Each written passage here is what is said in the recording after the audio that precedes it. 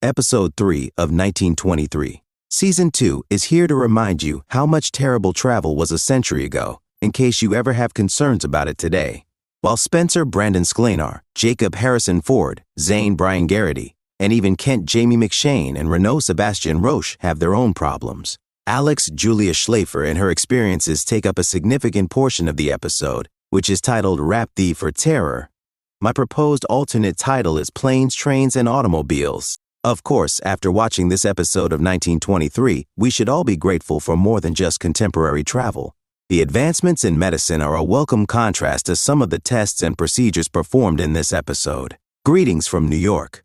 Alex's arrival in New York City takes up almost half of the episode. She must first travel through immigration processing on Ellis Island, the well-known gateway many used to enter America in the early 20th century before she can go to Montana. However, the historic halls don't give out free passes.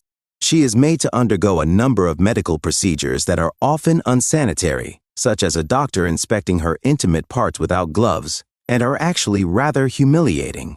At one point, she even receives a hit to the stomach for perhaps responding too cutely. In the end, the doctors find out she is expecting. While Alex waited, she heard from others that she might be deported because it is presumed that she would not be able to work. Another woman advises Alex that she can always trade what nature provided her or bribe the government to get into the country. But we know Alex isn't going to do that. They also attempt to explain to Alex how cold Montana will be, but she consistently dismisses them, believing that the cold in England is similar. Alex is likely going to get a harsh awakening on that front, as we have seen from everything that is happening in Montana. The harsh reality, Jacob and the other cowboys on their journey back from Bozeman are first-hand witnesses to that type of cold. Even though they made it through the night in the wagon, they still need to locate the horses and start a fire to keep from freezing. While implying that they should leave him behind for a short while, Zane instructs Jacob to use the wagon for firewood because he will persevere and ride a horse the remainder of the way to the ranch. Elizabeth Michelle Randolph, who continues to resist receiving the rabies vaccination, must learn some harsh lessons from Kara Helen Mirren, who killed the rabid wolf at the ranch. When the rabies drives her insane, Kara slaps her and warns her to start acting like a grown woman, since the alternative is to be shot. Elizabeth gives in but demonstrates her resilience by refusing to take the shot.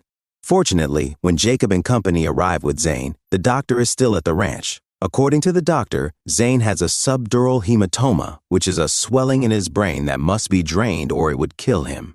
Zane will have to undergo the treatment while awake and experiencing all of the pain, though, because the doctor is not under any anesthetic.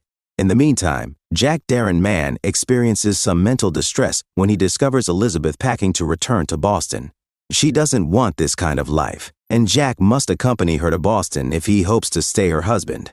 Elizabeth counts down to 8 more shots before she can go, when it's time for Kara to take another one.